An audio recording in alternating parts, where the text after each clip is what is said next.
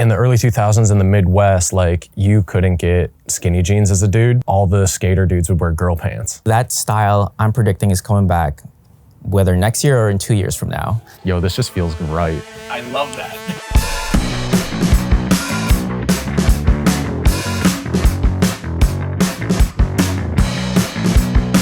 What's going on, everyone? Welcome to season 2, episode 4 of Talkin' Style. So today we have the most handsome guy so far, Ryan Winter. Come on. So far, dog. Everyone else did not look good. Okay, maybe we should X that out and say, all right, Ryan, you traveled all the way here from Bed-Stuy. Very so far. far. Are you ready to talk in style? Dude, I love talking and styling. Let's go. Hell yeah.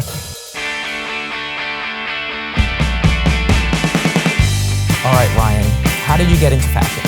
I always was sort of into like weird alternative culture as a kid. Started skateboarding pretty early, and I feel like how you dress is also like an integral part of that subculture. So it's just something I kind of like always thought about, and then like through skateboarding, you get into music, and I'm like came of age or like it was a teenager during like the MySpace era. How you dress was important there, so it was like skinny jeans, studded belt, big skate shoes, straightening my Jewish hair, you know, the whole thing. Obviously, you're probably not from here. Yeah, I'm from Minnesota. Yeah, okay. I grew up not that far from the Mall of America, so your normies were wearing Abercrombie and I was shopping at Zoomies. It was like the classic 2000s. Kind of as I got into college, I think you start dressing for yourself a little bit. You kind of start to define your own style a little bit more. You want to elevate things, and that was like peak Americana. And so I was into like selvedge denim and Red Wing boots and made in America goods, and all of that stuff was beyond what I could afford because I was a college kid.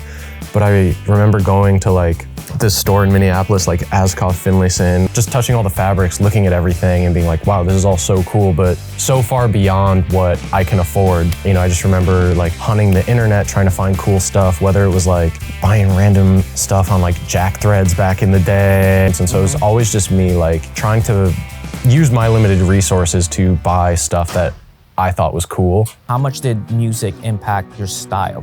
I think at that time, you probably don't even realize where some of these things come from. You just see stuff, and like now I'm older and I can put all this stuff in context. Like all of that music is like considered maybe post-hardcore, but a lot of those bands of like Vans Warped Tour era growing up at that time, right? Like maybe didn't even have a connection to like a real hardcore scene, and I didn't either out in the suburbs, but like the music was so cool and the style was so cool. You know, I remember watching, who knows what band, whether it was like Hawthorne Heights or Taking Back Sunday, and just being like, I wish I looked like that, or I think these dudes look so cool, and trying your best to sort of emulate that.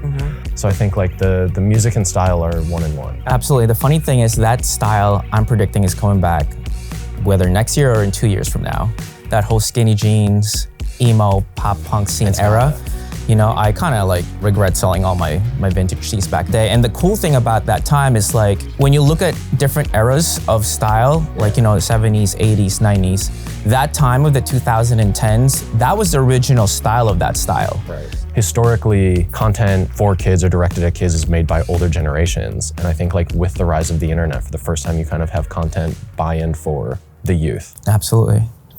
So you and I are pretty much around the same age, growing up in the 2010s. That was, to me, was the beginning of like, you know, thrifting, vintage shopping, secondhand collecting. Now it's just so common for people to do that, and it's just like, you know, if anything, it's just more championed to do it. But when we were growing up, it was almost kind of frowned upon. Well, how was your progression with that when you were growing up? Like, how did you go about it and how did you discover that? Growing up in the early 2000s in the Midwest, like you couldn't get skinny jeans as a dude.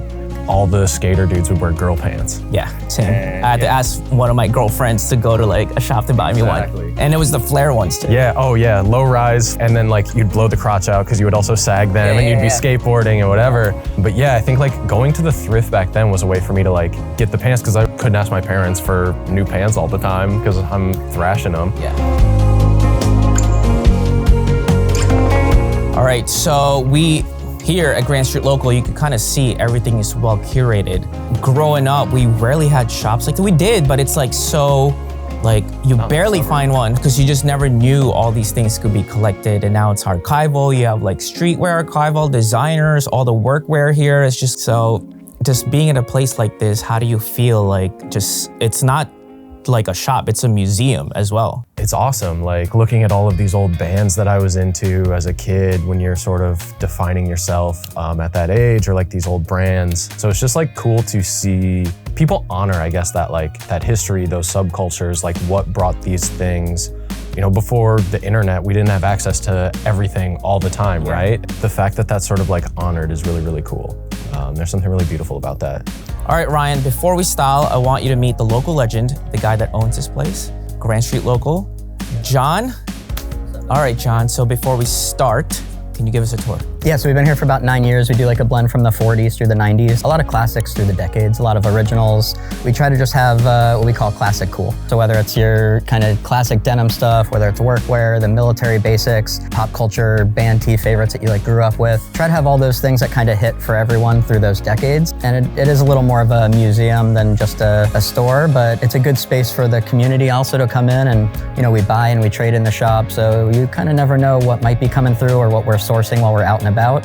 All right, Jon, so every time I come here, I just go insane because you have these Stüssy pieces and I'm a huge fan. So like, could you tell everyone the history of this? Yeah, of course. So both of these Stüssy Tribe jackets are from 1991. The original Tribe jackets were released to just kind of staff, friends and family in the late 80s. So this is one of the earliest that was actually available to purchase back in the day. And it's kind of wild, they're in such great shape, but also just the, you know, like the condition, the imagery. I mean, it's almost something that looks like they could re-release now, and a lot of stuff they are continuing to kind of like retro or re-release. It's crazy that they're from 91 and they're already that, you know, that old, but they're getting harder to find all the time, and they're just beautiful. They're quilted inside and have those big back chenilles, which is really nice. And then if you swing over here, this is an old Nike eyeglass display case from the store that we got. These are all original 1985 releases. Pretty much dead stock pair in the box here, and then a few other pairs floating around. So this is one of my favorite Sukas that we have right now. This one's from Japan. Gonna kind of be like 40s to 50s. And these are the original ones that essentially when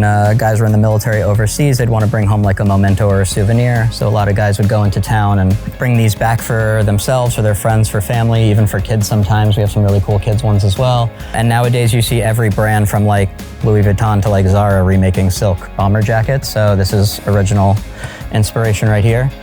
So these are original S. Carters, which was Jay-Z's shoe in the Gucci colorway. And these were actually inspired off of the shoes that Gucci made back in the day. And then both signed by Jay. So Jay-Z had his foot in there. I don't know about that. He might have just signed him. Okay. Okay, Ryan, let's pick your pieces. All right. I'm kind of torn, like, do I want to go camo or do I want to go with some classic like carpenter pants? Yeah, you could do both. I mean, not at the same time. Yo, one leg. And one with that. Are these gonna be a little Those with short? the shoes would be a little cool. I don't know. I love a You're little. just gonna have to sag it a little bit. That's chill. Yeah. Outerwear piece, like maybe one of these denim jackets on top. I mean, do I want like the big quilted chorco situation? That's looking a little too small for me, but I like what's happening there. Are these in size order too? More like color block. Okay, word. Yo. This Sears situation, let me try this on. This looks like, oh, and that lining. Come on now. Come on now. Dang.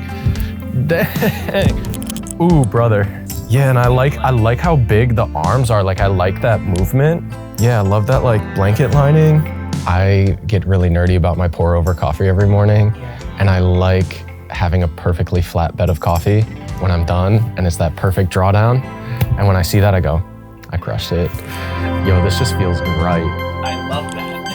Yeah, for this first look, I just did plaid on plaid. Flannels are like some vintage from the 80s and 90s. The duck camo pants are from the 60s. And then the shoes these are my own. They're just some Sebagos that I've had for a bunch of years. And so the second look, from top to bottom, I had some 60s purse haul. Then we got the 70s Kawasaki racing shirt. And then I had some 80s cords. And then I just wore the brown boots. Thought the brown would look good with the pants. And then my third look, I had my vintage Mets hat with the St. John's Prep sweater. And then it was feeling a little too collegiate, a little too preppy, so I threw in the distressed Carhartts and the harness boots, and then my studded belt.